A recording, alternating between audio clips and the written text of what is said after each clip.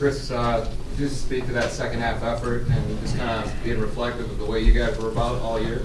Yeah, I felt like all year we were a team that was going to fight and battle, and in the locker room, we're down 41-14, and we just looked at everyone's eyes and said, hey, we got to keep fighting because we can get it going just as quick as they can, and that's kind of what happened in the second half. We got it going, and we just came up a little bit short. Defense did great, offense was rolling, and just came up short.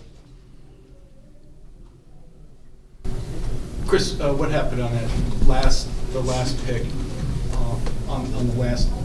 Yeah, I know what you're talking about. It was a screenplay, and the ball hit off the back of one of the linemen and bounced into their guy's hand. It's kind of a freaky play. Can you talk about the finality of the season being over? I know it just happened, but for it to be over, it's got to be kind of a shock right now, I would guess. Yep. Coming into this game, nobody thinks they're going to lose and the season's going to end. And it's definitely shocking. We didn't, but I'm so proud to be a part of this team, and proud of the way that everyone fought back, and I'm just happy to be Yoke. Brad, can you kind of speak to something similar there, just in terms of looking back on all that was accomplished this season, and that you guys did take that next step as a program that you've been fighting for the last 5 years? Yeah, I really think we did. Just the hard work, finally, seeing it pay off. I can't be prouder of my teammates. My family, the university. Everyone who's backed us, who's played a part in this. We've taken the right step, and I'm excited to see what's going to come in the future for this program. Brent, was there anything in the second half offensively that you guys tweaked or anything to explain the comeback? I think we just wanted it. We came on the first half a little, timid, I guess you could say, and weren't making the plays that we needed to make in order to be in the game, in order to win the game. And we came out, in halftime, and we looked each other in the eyes and we said, we're not giving up. We're not going to just roll over and die. So, everyone kind of just stepped their game up and played with everything they got. And we came up a little short, but like I said before, you can't be prouder of these guys and these coaches. I'm very proud of everyone. I'll start congratulate Coach Keeler and his football team and their staff. It was a great football game. Not an exceptionally good first half for us, but I'll give Sam Houston a lot of credit there. Offensively, we knew it was really going to be a challenge to slow them down, and we knew anytime we could get them off the field, it was going to be a big stop. And we also knew they were going to have to match points, and we did a poor job of that in the first half. Didn't capitalize on some conversion situations. We let them capitalize on conversion situations, and then we turned the ball over there, which hurt us. And I challenged the guys at halftime to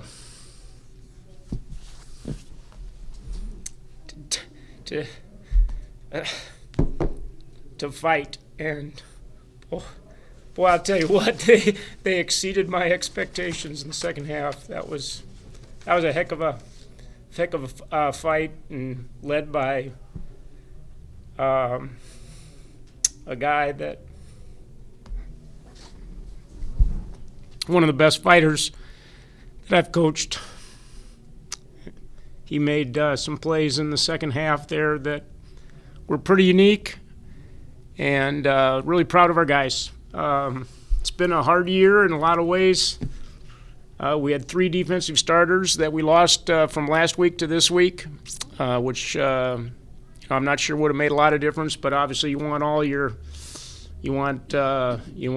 everybody. But with Nate Schultz and Alex Coker and Phil Powell, we lost to injury this week. I think that puts us down, a whole bunch of starters on the defensive side, and our guys have battled through that all year. Bunch of young guys have had to play, and it's been an exciting year. Questions? Bob, just the accumulation of injuries on the defense is not something you talked about much this year, but was there an accumulated effect on that challenged your team a lot more? Well, it's hurt our depth. And you get a game like this, where you're playing a team that's got unbelievably talented perimeter players, an outstanding quarterback, and I hope fans appreciate what they saw today with two of the best quarterbacks, not just probably in FCS football, but maybe two of the best quarterbacks in all of college football. And so, our guys have had to kind of hold together on the defensive side, and we've been up and down a little bit. And I thought we could have laid down in the second half. And defensively, we rallied a bit. We got them off the field a couple of times, and offense responded. It was it was the kind of half that we needed to have in the first half. Was it a matter of just picking up the emotions in the second half, or were there some adjustments there that helped? I don't know. I mean, it's been a little bit of a tough, and I don't want to make any excuses because I don't want to take any away from Sam Houston's effort, but we've played 4 of the last 5 weeks on the road, and I felt this week, our guys were a little bit tired. And again, with all those injuries, our depth was a little bit down. And I just, I think early in the first half, it was just, I don't know if we were playing on our heels a little bit but it just wasn't our best offensively and defensively. And Sam Houston's too good. If you're not playing your best, they're going to take advantage of it, and they did, 41-14. And I think maybe our guys just bulled their neck a little bit in the second half and said we're not going down this way, and we had a chance. We had a chance there at the end, and to keep it close and maybe get one more possession, but that turnover kind of sealed our fate there late in the fourth quarter. Bob, can you just speak a little bit more to Chris and just everything he's done? You saw like that will that you always talk about. Yeah. Certainly in that second half, but just what he's meant to the program. Probably the best it's ever done at USD. Yeah, he's 25 years. Had a lot of guys, a lot of good players. I don't know if I've ever had anybody that makes everybody around him better the way he does. And some of that is just his competitive nature, his unselfishness. To have a guy who's only been in our program 2 years become the kind of leader that he has become is really, really unique. We're going to miss him, but I'll tell you what he's done is he's helped us establish a level of expectation, I think, that's going to help us long into the future.